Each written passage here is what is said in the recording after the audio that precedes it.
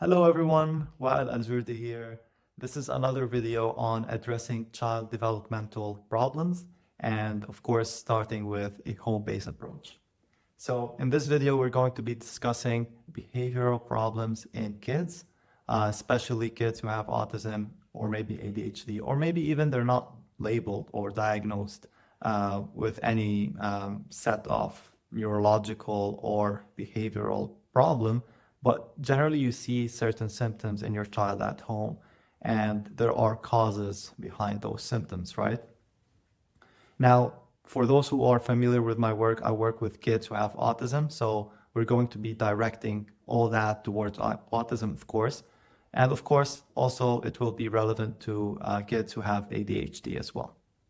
So the reason why I'm making this video is because there's so much conflicting ideas. There's so much wrong approaches actually when it comes to treating behavioral problems. And doctors and some doctors would go to the route of like taking medication or giving medication for the child. And that does have side effects, of course, a lot of effects.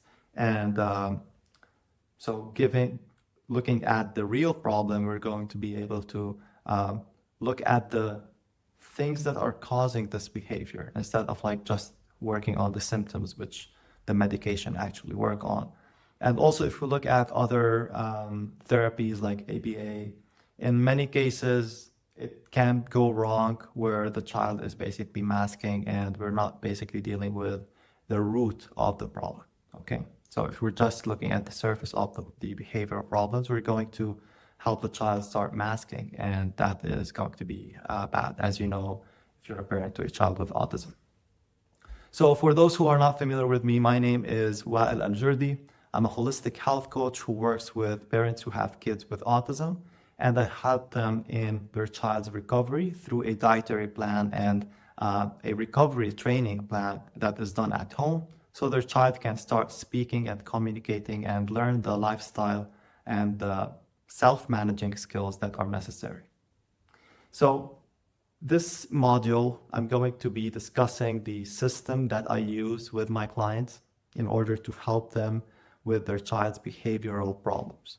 Okay, so it's going to be a long video, but trust me, stick to it to the end because it has a lot of informative things that you need to know. And also you will be getting some practical things that you will be applying on your day-to-day life with your child to start addressing these core problems. Okay, I'm going to jump into my PC and show you the presentation soon. But before that, the reason why kids have a set of behavioral challenges is because they have drivers, right? Like every behavior that we do is not coming out of nowhere, right? There's a drive behind that. The reason why we go, for example, to eat is because of hunger. So everything has a drive, and an emotional drive will basically bring the behavioral drive, right? So we don't want to look at behavior as the main thing or the only thing that is happening. We want to start looking at it as being an effect, as something that is caused by an emotion or an emotional habit that was implanted in us, that we attained throughout life, and we developed this habit so we can start creating this behavior. Okay, so behind every behavior, there is either a habit or an emotional drive. So yeah, this just gives us a broad picture over the concept of behavioral challenges that kids are walking through. Okay, without further ado, let's jump into the PC so I can clear things out and make things way easier, and then we jump into details as well. Okay, so as I said, this is going to be somehow pretty long video, but I'm going to be very clear and honest with you. This video is meant to be watched fully. You know, we cannot miss any specific details because all of it is important. So you cannot like skip to the end to get just the practical side of it. I want you to have the background of it because that's very, very important. And it basically keeps us reminded of the problem, right? So today in this morning, the reason why I made this video is because in the morning I was looking at the sky and I wake up very early and I was seeing the birds flying. And I was thinking to myself, like, why are these birds flying? Just in the morning while everyone is sleeping, except for me, basically. But why are these birds flying? And you can see, like, I took a picture here. I added some to just make it more bird oriented. But basically, birds are flying in the early morning and there's no reason for it. Okay, now, of course, we can start relating to the things when it comes to children. Children can have behavioral tendencies, maybe hyperactivity in the house, and maybe we don't really know why, right? They're flying, they're going around from place to place, and we don't really know why they're doing that.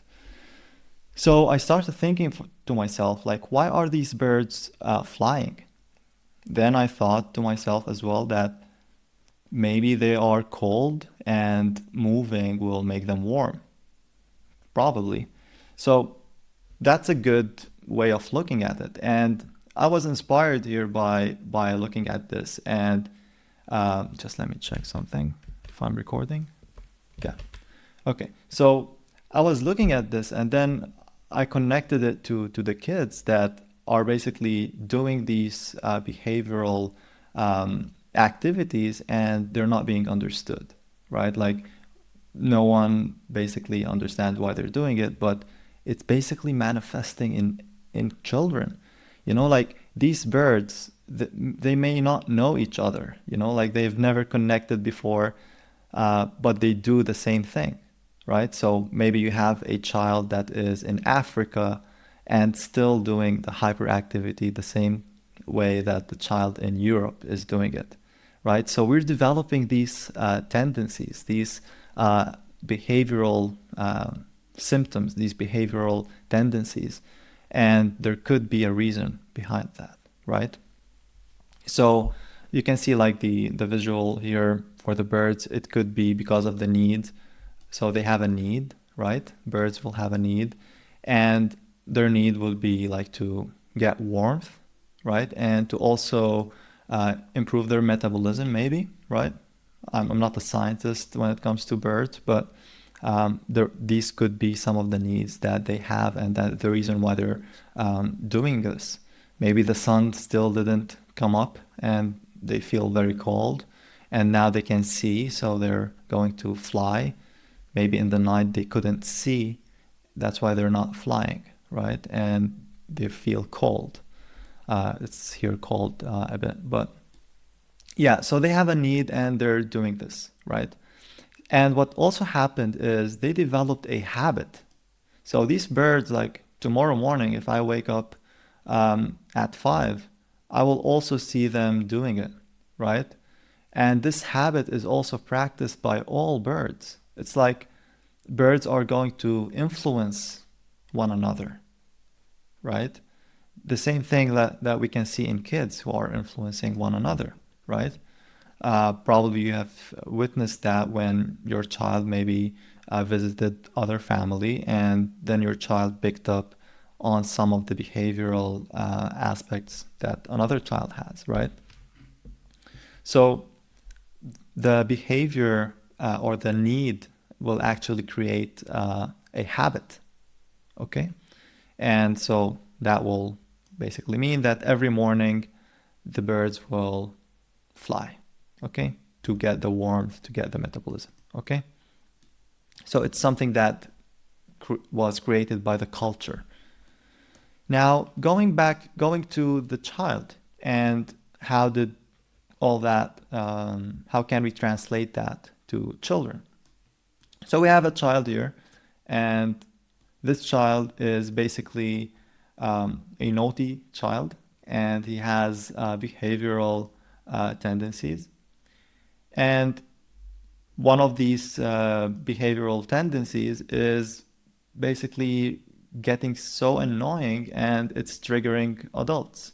And also it might be a behavior that is harmful for the child, right? Like kids, of course, they want freedom. They want to do whatever they want. But of course, you know that we know, like adults know better than them, and we are going to help them in taking the right decision, right? But they don't know that. They think at some point that they can do whatever they want, and basically they develop a habit, a tendency that they start doing bad behavior in it, okay? So what are some of the things or the main things that would happen?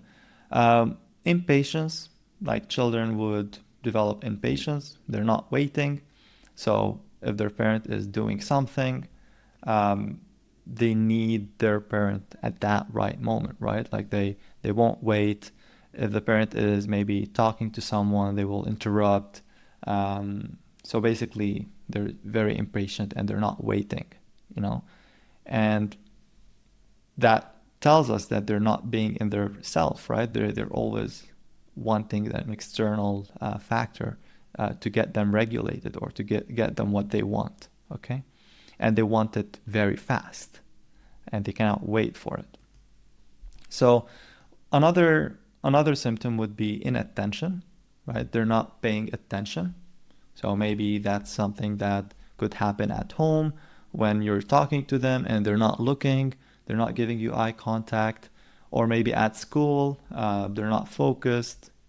And that can manifest in many things, right? Like their communication skills would be affected because eye contact is very important.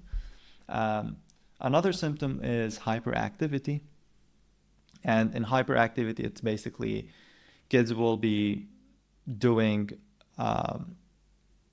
activities that are not necessary, and maybe they're going places, they're running through the house, they're doing things just to do it. And that, of course, we're going to be talking about it, like why it happens.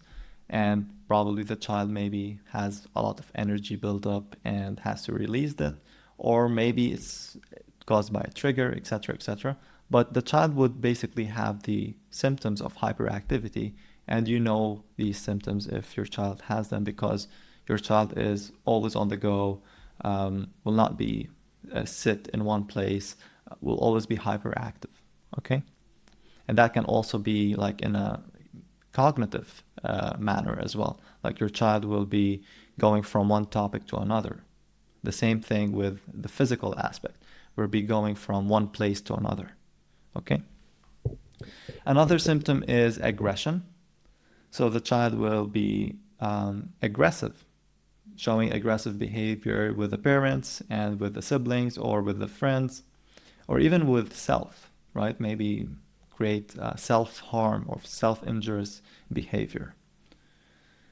Impulsive behavior as well, stubbornness, and not listening to the parents, and lack of self-awareness.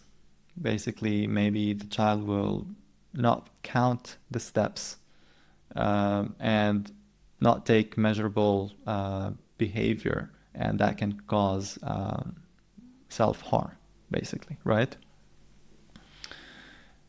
And avoidance of tasks.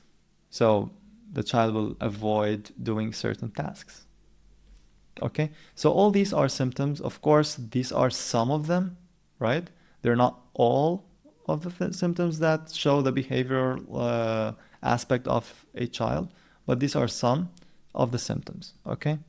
The key here is to know that these are symptoms, okay? Because if we treat these as the problem, then we're missing the point, okay? These are not the problem. These are the symptoms, okay? Which of course are problematic, but we're going to look at why they are happening, okay? So these symptoms could be triggered by the environment, okay? By other kids, as we said here, by the birds who maybe, oh, that bird is flying, maybe I have to do the same thing, right? And they do like each other, and that basically helps them in several ways, and we're going to be talking about it. So these triggers or these symptoms are basically developed in terms of a habit through the environment. So kids will start seeing other kids and maybe even watching them on TV. If you watch certain kids doing certain behavior, you get influenced by them. And I've seen that over and over again. Like kids, even like with the pranks and stuff. I know one story where a child like watched a prank on TV and then he did that prank on his mom and he hurt his mom. So kids are going to get influenced by a lot of people and also kids. So from the environment, they might catch this behavior. From epigenetics, which is basically genetics that are changed in our environment, right? So basically, if we have a trauma and our children are raised by us, then they will take part of that trauma, okay? And these types of traumas are basically going to stick around in terms of a culture, in terms of the environmental setting, in terms of the communication, etc., etc. Okay, so epigenetics is a huge topic, and trauma in by itself is a huge topic. So many of these health problems, we're going to get away from the topic a little bit, but many of the health problems now you see in the world, like autoimmune problems, all these things, are coming from trauma. Okay. And when we look at trauma, it's not something that maybe happened to us and there's, oh, this amazing accident that happened to us that left a huge mark in our life. No, it could be something that we took from our past generations. Okay? And trauma will manifest in different ways. It could be a deep wound, maybe an accident that happened to us or a situation that caused a trauma, or small wounds that maybe weren't that big of a situation, but had created a huge impact on us, on our day-to-day life, okay? So these create like a trauma loop, basically. And those are also things that are environmental and are important to consider, okay? Because like when it comes to epigenetics and trauma, it's not only going to create behavioral problems, it's going to create real diseases like maybe cancer, autoimmune problems, diabetes, so many health problems that basically will manifest just by the trauma. And putting food aside, right? Like putting food, toxicity, etc. aside, just by the simple fact of trauma and mental stress, it will create diseases and disorder in the body. Okay, so it can also create behavioral problems, and also the parent domino effect. Okay, the parent-child domino effect, which is here, and we're going to be discussing not now, but later on in the video. Okay. So parent dynamo effect is when the child and the parent is creating this loop. So the child did something, then the parent did something else. Well, actually, I think I will talk about it now because it's just briefly. So let's say the child will create a certain behavior and then the parent or you react, okay? And the simple act of you reacting will create another behavior. So it's basically like a domino. So the child pushed that button and then you push that button and the domino continues, right? And then the child becomes defiant, you get angry, etc., etc., etc. So that's basically what I mean here by the environment. So it could be because of this chain effect that happens, okay? Number 2 is from mind, virtual. So basically from the mind can recite certain triggers. We all have maybe went to certain parties or listened to certain music or something where we start reciting the music, like it's there in our mind. And that happens also with kids, where if they're influenced by a certain TV show, a certain cartoon, they will start reciting these things, and they will start also reciting the behavior and trying to do the same behavior, doing the characteristics, because especially kids who have autism, they're very detail oriented. So they basically look at this character in this cartoon or movie, etc., and they will study the characteristics of that character. Okay? So we have to understand that kids are very intellectual, right? And especially kids who have autism, they don't have any intellectual problems. Okay? This is something that many misunderstand. They say that, oh, my child is not functional, or my child has intellectual problems. I tell them, no, your child is perfect. Like, they don't have any intellectual problems. It's just that their behavior and their way of seeing themselves is stopping them from taking on the life skills and the communication skills that are necessary. So basically, kids have a perfect intelligence. Just few kids would maybe have less of an EQ or less of an IQ. Very few also have intellectual disability, but it's not the case with autism. So autism is not intellectual disability. It's a good, like the child is having a good understanding, good intellect, everything is perfect.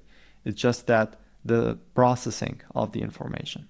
So the information that is coming from the outside world is being processed in a different way. Okay, and I made a video about that, but I'm going to talk about it more later on. So basically what happens with these triggers is the child consumes a certain virtual signal, like maybe in TV or something, and the child will start taking some of the characteristics, or also entertainment stimulants, certain entertainments, like when children are getting used to only play with the trampoline, basically, right? So trampoline, for example, if the child is always jumping on the trampoline and creating a habit of basically always being active, etc., etc., then that will basically create this habit, okay? Also, other environmental stimulants can come with the different entertainments, maybe going to a park where there's like these crazy what do you call them, roller coaster and stuff like that, that could be stimulating, right? And what happens during entertainment, and that can also apply to watching TV and cartoons, is whenever the child is taking in entertainment, the dopamine level will increase. And so with time, the dependency on dopamine will become like with a certain standard, right? And the child will start oscillating between that standard, right? So that is the peak dopamine hit, right? Like when we had this crazy moment at the park. And then the lowest peak is when I have nothing to do. I'm bored. So the boredom of the child will start getting more and more easy to happen. And the dopamine level will start being like more and more, like we need more and more. Okay? So if we try to compare basically the dopamine levels, and dopamine is basically the happiness hormone where, oh, we feel good, we feel excited, and it happens when we have fun, for example, or when we eat chocolate as well. But what happens here, like I want to give you like an example of like in the past, children didn't have too much entertainment, and they weren't as bored as kids who have entertainment today, right? So kids today have a lot of entertainment, have a lot of stimulants, which made them get bored easily. And when they get bored easily, some of these symptoms will manifest, okay? So the lack of entertainment and the presence of entertainment. So also a third point, the trigger can come from certain foods, okay? If let's say the child started eating if the child started eating maybe raw dairy, not raw dairy, started drinking, let's say, pasteurized milk, or maybe ate a sweet or a sugary treat, etc., that stimulated the child, okay? So all these triggers we want to start studying and seeing where is the symptoms coming from, okay? Is it from food? Is it from entertainment, etc.? Do we have to address the epigenetics? Of course we do, like everyone has a degree of stress in their life, and we have to basically create an environment where we're looking at the positives and not the negatives, okay? We're creating more positives than negatives. And yeah, those are the triggers, okay? Now, seeing all these symptoms and knowing that these symptoms are basically caused by the triggers, right? The triggers are what cause the symptoms. And these symptoms can be managed. Now, we can either shut down these symptoms or manage them. Like, what we can do with these, how can we manage them? And in treating the symptoms, like with medication or something, we're going to skip the part of working on the root problem, right? If we give the medication, the child, would decrease the aggression, right? But are we really fixing the main problem? Are we resolving or dissolving the problem? And if, let's say, there's hyperactivity, the same thing, right? What are the effects of that medication? Like, are we dealing with it in a proper way? Or maybe in certain management approaches, like other than medication. If, let's say, we developed an ABA approach that is basically rewarding the child, and could that be good? Yes, of course. Could that be bad? Of course. It could go wrong and it could go bad. It could go good and it could go wrong. So all these things, like these, how we are working with the symptoms, basically, okay? And assessing our approach. So as we said, that these symptoms will develop habits, okay? So many of these symptoms, especially with kids who have autism. So kids who have autism will be basically addicted to habits, okay? Kids who have autism will be addicted to habits. They love habits, okay? They stick to routines.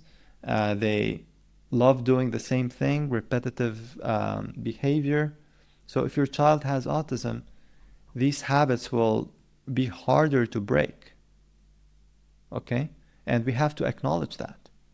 Like, we're not dealing with a child that can let go of the habits very easily. And the reason why they're not letting go of the habits easily is because their dynamic processing is not very good, right? As we said, like, so imagine this is the brain, okay? This is, of course, not the real brain, but imagine the brain being split into two sides, okay? We have the static and we have the dynamic, okay? The static way of doing things is basically A to B, okay? That's a static way of processing information.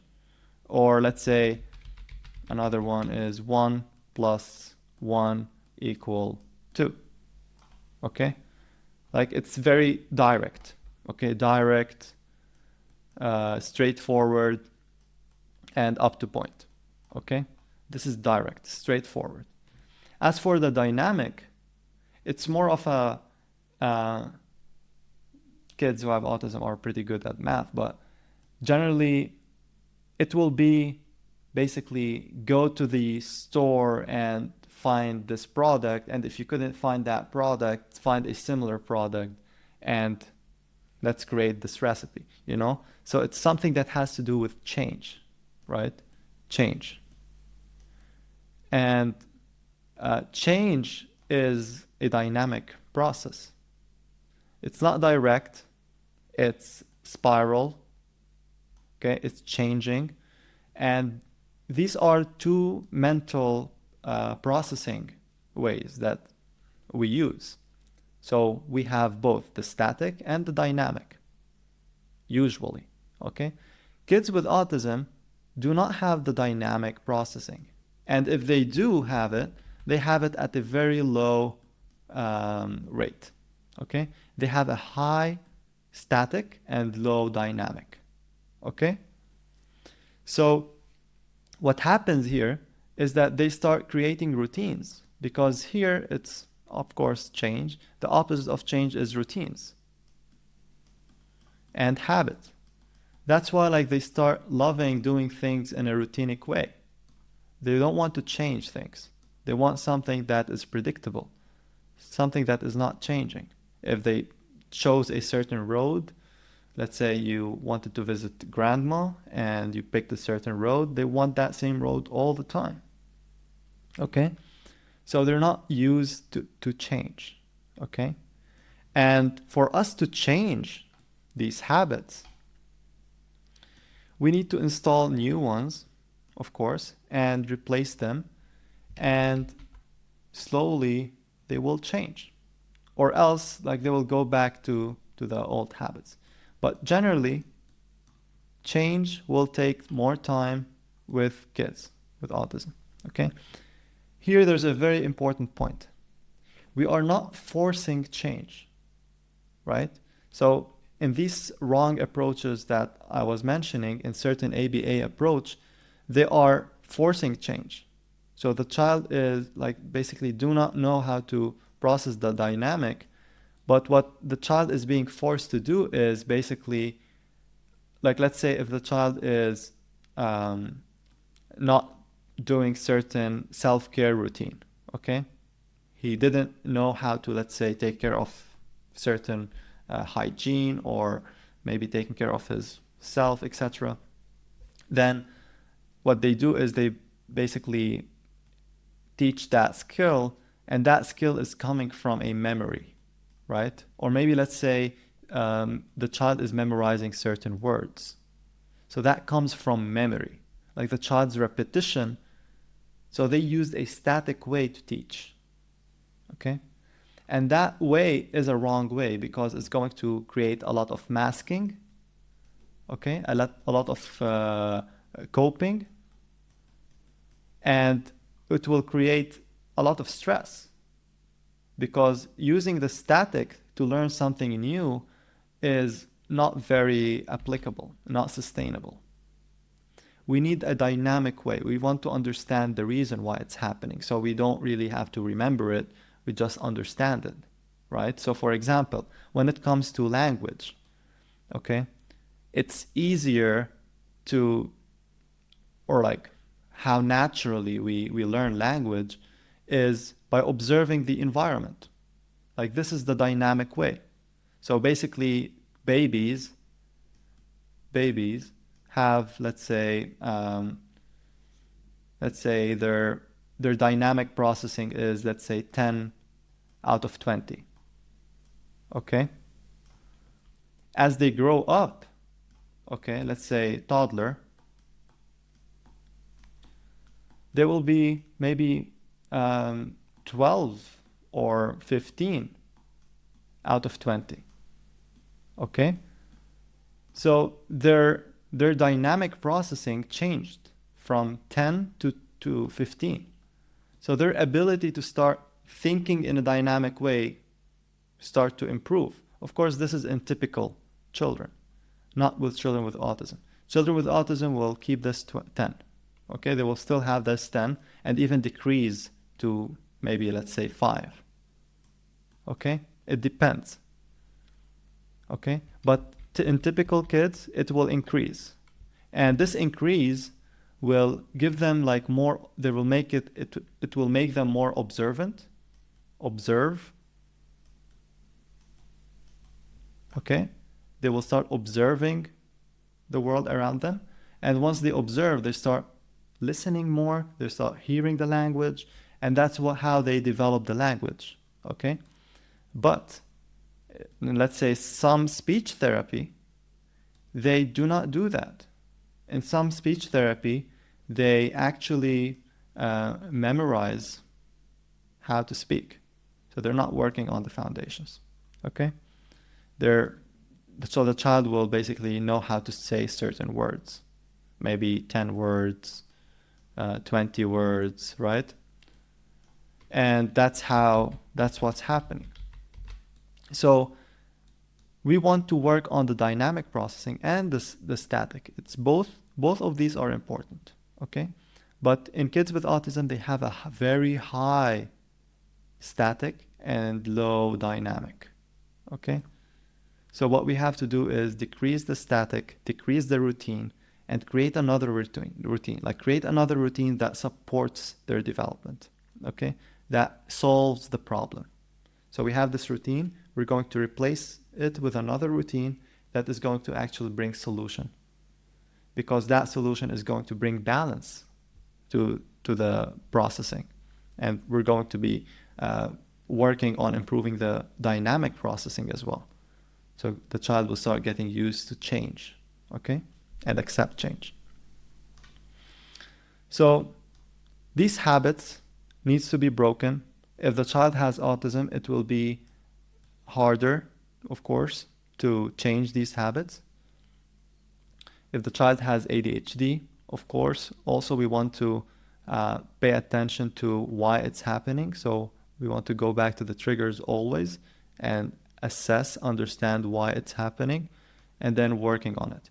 So other than the triggers, there are certain deep whys that happen, okay?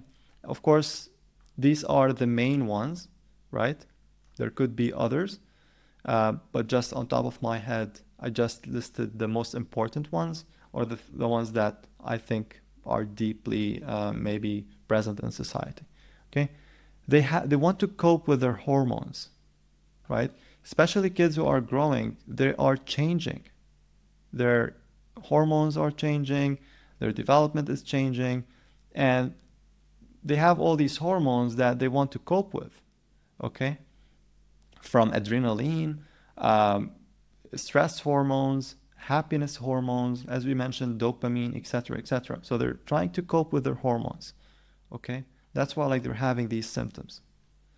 They're trying to balance their energy, okay? They have maybe an excess of energy, and maybe they are bored, etc., etc., right? So probably sometimes the brain would be hyperactive and the body is tired, okay? The same thing happens with adults, but kids will basically let go of that, but adults will keep thinking about it.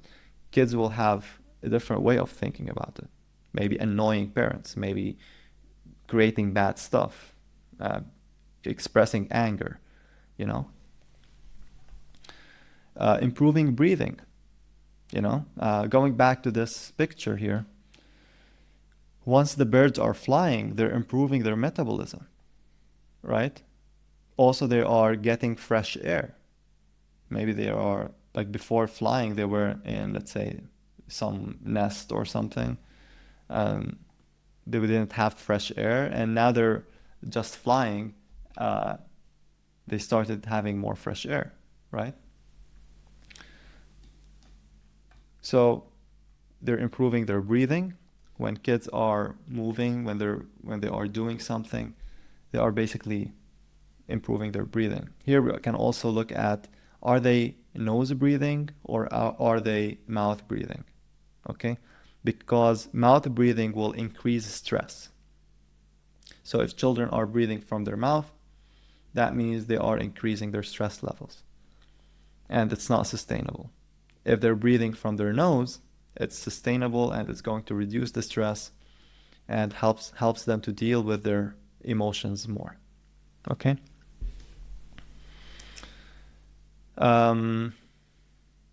They want to get busy doing something not serious or necessary, right? So they want to do something. They're bored. They don't want to take things seriously. They want entertainment. Like kids, as you know, like they always want entertainment. If they are doing something that is keeping them busy, let's say if they are doing certain hyperactivity things or unnecessary activities, right? They are doing it for a reason. Now, of course, we don't want to support it and keep them to do this forever, because that will reinforce the habit. If we basically allow it to happen, so if we basically see the child doing hyperactivity and we keep it because, they're just dealing with their emotions, we're just maybe expressing their energy. If we keep that, it will actually create a habit. Okay? So at some point, maybe they're not dealing with their emotions, just developed from a habit. Okay? So it could be from these reasons, or it could be from a habit. Okay? But generally, it could be because they are basically bored and they just want to do something that keeps them busy, and that something is not serious and not necessary as well. We see that also with OCD. Okay? Like, it can be with OCD on maybe kids who are not having OCD, but also adults. Like, they try to get themselves busy, and that's a coping mechanism. Okay? Because, when I clean something, I feel like I'm doing something, I distract myself from thinking, etc., etc. So a lot of, let's say, women have OCD, and what they do is they be so obsessed about cleaning, okay? And they're basically masking, or they're trying to deal with their emotions. And that's not necessarily bad. Of course, doing something like, for me, if I feel stressed at work or something like that, I can do the dishes, and that will help me. Okay, I will go for a walk, etc., etc. So those are natural things. Like the birds, as we said, the birds do this naturally, and we also create these things naturally. Okay, so we don't want to go hard on ourselves. We just want to study it in a way that helps us take the necessary decision to stop this on a long run. Because the danger comes is when we develop a habit from it. Okay, so let's say coffee. Okay, coffee basically helps us stay alert, right? If you drink coffee, you're drinking it because, like, maybe it tastes good, or you're getting alert from it. Okay, maybe you like it, like the taste. Psst. Okay, or because you need energy. Okay, now this is different than this. If you're liking the coffee, so if your relationship with coffee is because you want energy, then that's what you're going to be dependent on coffee for. So you will always need coffee to get energy. But if your relationship to coffee is, I like coffee because of the taste, then it's not necessarily about the energy, right? So if you like coffee because it tastes good, it's different than you like coffee because it gives you energy. Okay? This is going to create a negative loop, and this is going to give you a positive loop. Okay? Positive loop. Independent if coffee is going to be good or bad for you. Okay? I would say, like, if you want to drink coffee, of course, drink it in a moderate way, and drink it in a way that you're not getting it for energy. Because once you're getting it for energy, you're becoming dependent on it. Okay? The same thing here. So kids are doing this. We want to see, are they doing it because they love it, or are they doing it because, like, they just want to do it, right? And if they're doing it for a specific reason, if that reason is going to have negative consequences, then it's bad, right? And it's important for us to know how we can give the needs of these, because let's say the child has needs, right? Has needs to have fun, right? Entertainment, love, etc., etc., right? if these needs are not given, then the child will do them in a different way. Okay? So it's important for us to give this need in a positive way, not negative. Okay? But if that is not present, then the child will try the best to find these needs. Okay? And even like, let's say here, like not listening to parents, like not listening to parents and aggression and impulsive behavior, it can be fun for kids. And it maybe starts as fun. They develop this habit, but then it becomes like bad and it gives them stress, etc., etc. But probably they developed the behavior because maybe it was fun or maybe they were bored, etc., etc. Practice control. Okay, so many kids here also, they need to be legitimized. If you watched the 1 hour long video that I made on the child's needs and human development, they want to be legitimized. Okay, and this is a human need. We want to be recognized and legitimized, and if we're not, then we're going to practice control. We're going to practice control through, let's say, controlling our family members, controlling our friends, maybe bullying, basically practicing control. And that can have main consequences, right, when it comes to the symptoms. So the child wants to practice control. And the way that we handle that is by giving the child certain roles at home that makes them feel as if they are in control, right? So instead of like allowing the child to control recklessly, we're going to give certain tasks that the child can do, which helps them feel like they're in control. Like maybe doing something in the house, helping you doing something, create a certain meal, create a certain shake, helps you in chores, etc., etc. And once they do that and they get legitimized, once they get legitimized, they will feel in control.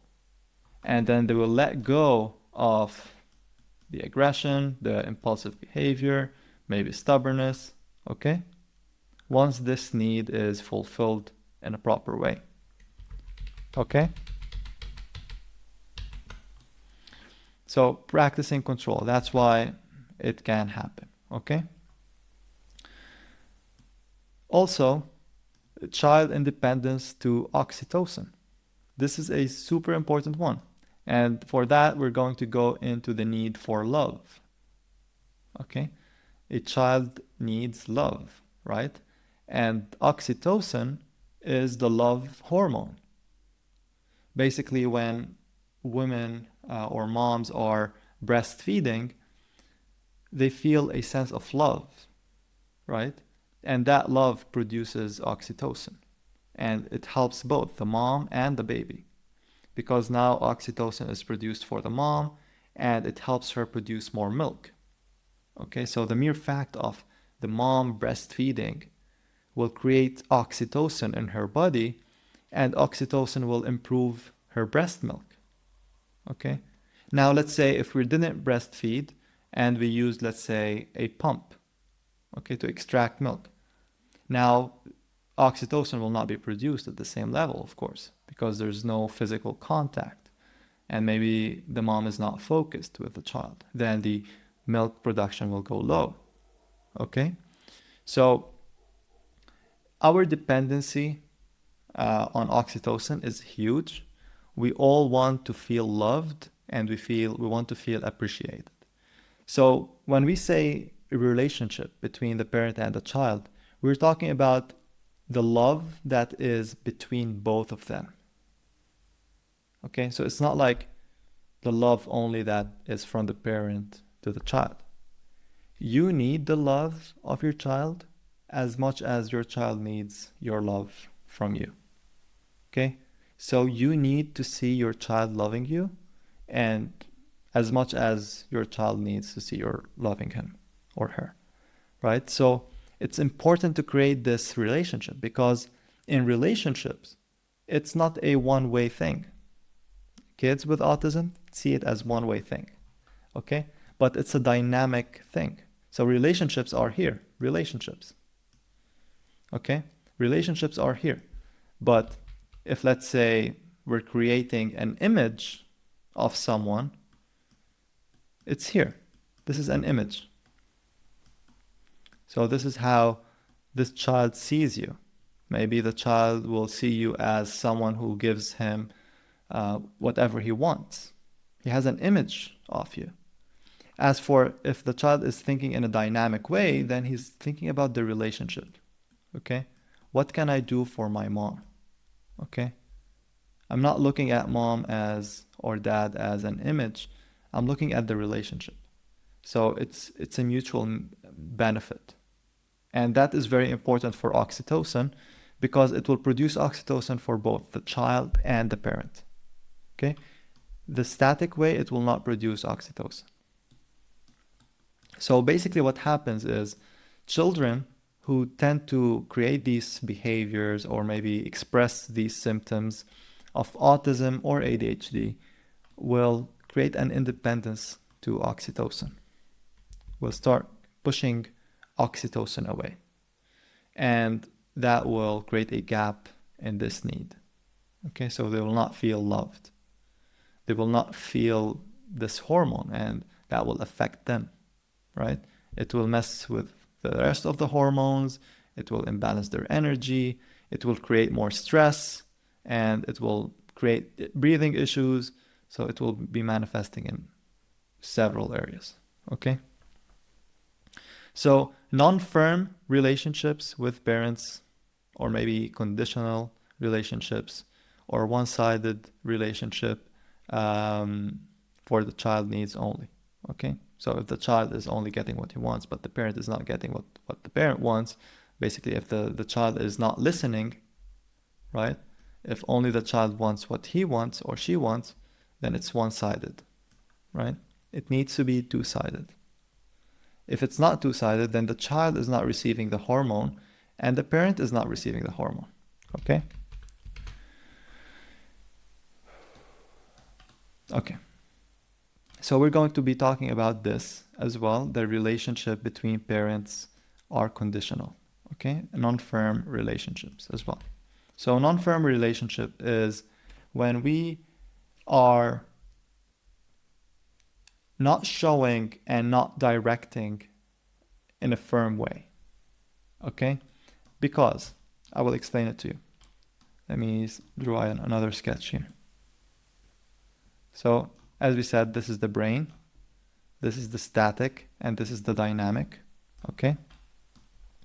Static is A, then B, then C, right? It's straightforward, okay? As for the dynamic is if A equal C, then B equals what, right? It has to do with spiral. So this is a spiral, okay? This is a straight line, okay? Direct. And kids who have autism, they are direct, as we said. They are direct. And they like things straightforward. They are black and white thinkers. Okay, black and white. My writing here is bad, but black and white. And black and white meaning it's either their way that is right, or it's the other people's who are wrong, right? So they see things from that perspective. Okay, they don't see things from the spectrum. They either like something or they don't, and that makes it hard for them to change. But going back to that aspect of leadership, and they need firmness. The reason why they need that is because, let's say, every child, as we said here, the baby, for example, will go and start learning rules, right?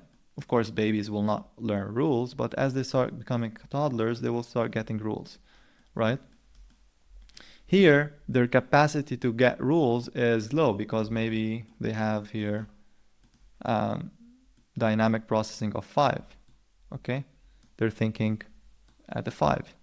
And then they will start learning rules because they need rules in terms of like how they work with other people, with other kids, right? How they understand kids, how they play, etc. They need certain rules.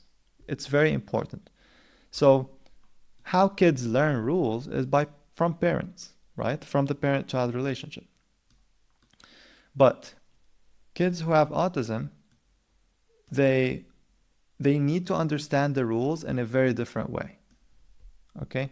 They need to know that there is a strong foundation. So they need a strong rule foundation. So, which means that the parent need to be very consistent.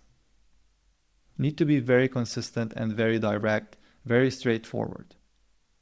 Okay? Because that will create confusion. So basically, we're going to be teaching the important rules that the child needs. And of course, we start with the important rules. And there are consequences, like we teach that there are consequences for every action, etc., etc. And when they develop the rules, they will have a safety. Because let's say, if we go around in our world and we know that there's chaos, there's no rules, we will not feel safe, right? But if we know that we are living in a house that has firm rules, we actually feel safe because now it's predictable and there's less things that we have to think about, okay? So if there's no firmness, and let's say one parent is pushing the child towards improving and the other parent is not pushing the child towards improving and maybe feeling bad or not feeling strong about it, etc., etc., then the child will not have a firm leadership, okay? And that non-firm leadership will create independence towards oxytocin because now the child will create his own leadership because the parents are not leading the child. So the child will start leading. And that will go chaotic because the children cannot lead, right? They will start controlling others, they will start doing bad behavior, etc., etc. So if children are not being led, they will lead, and that's chaotic. So let's go back to parent leadership. Let me see if I can view that. Okay, it's good, no problem. Oh. Okay, so I'll actually, sorry about that. Okay, so if your child, let's say, resists, okay? If your child resists and you react, there will be a series of domino effect, right? And this chain of effect will start manifesting in life, and there will be a habit, and those are what we call lifestyle habits. Okay, so we will start developing a lifestyle habit. Okay, so let's say the parent will react.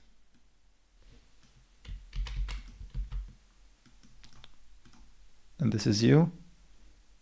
Okay, you will start reacting, and you will start developing a habit of being reactive instead of proactive. Okay, so it's not only the child is developing these habits, it's also you as a parent. And that will, of course, create a chain of stressful events. Okay, so it's a lifestyle thing that happens. Now, the good thing here about this illustration is, if let's say the child pushed this button and tilted this dynamo, and then all that will start moving forward, right? It will start creating this sequence of events. When the child reacts, you will react, and then your child will become defiant, okay? And you will be angry, and then your child will start mirroring the anger. Maybe you increased your voice, you became more serious, maybe became physical, just with a hand leading. I'm not saying a lot of physical anger, but the child will start studying your characteristics. As we can recall, children will have a very detailed view on characteristics. The same thing as they study characters on the TV. They will start studying these characters in a very detailed way. So they will start studying your anger and will start try to mirror your anger, okay? And see what type of things will trigger you, okay? Because like it's a self-defense mechanism, okay? So you try to manage the behavior. So after they become defiant and then you become angry, they will try to mirror your anger, and then you try to manage their behavior, okay?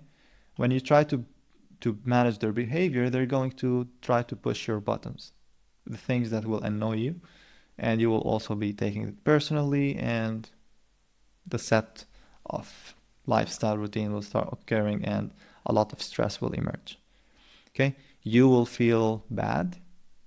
You will feel like your child is not listening to you, your child is not respecting you, and also your child feels unloved in terms of that, okay? But to go back, fixing the domino effect, what we can do is, if the child, let's say, refused this order, instead of reacting, we don't react. What happens here is this will fall and nothing will happen, right? Nothing will happen. This will, like the child resists, okay, then we stop here. But if you react, then the whole chain of reaction will emerge, okay?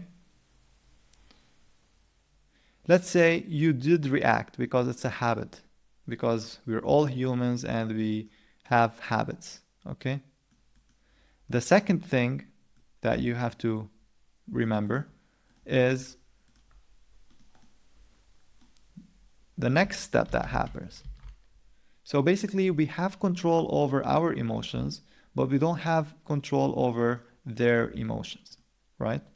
We can't control the children, we can't control ourselves.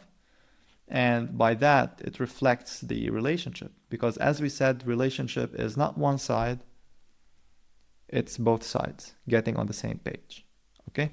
So if they resist, you don't react. But if you did react, because if it's a habit, then your child will become more defiant, okay? Then don't get angry, okay? So even if your child gets defiant, it will not create any effect, right? So taking the things that are in your control and understanding this chain reaction is super important in managing the lifestyle behavior that is coming at home. Because at home is where the behavioral conditioning starts, okay? It's the root of social structure and social life skills.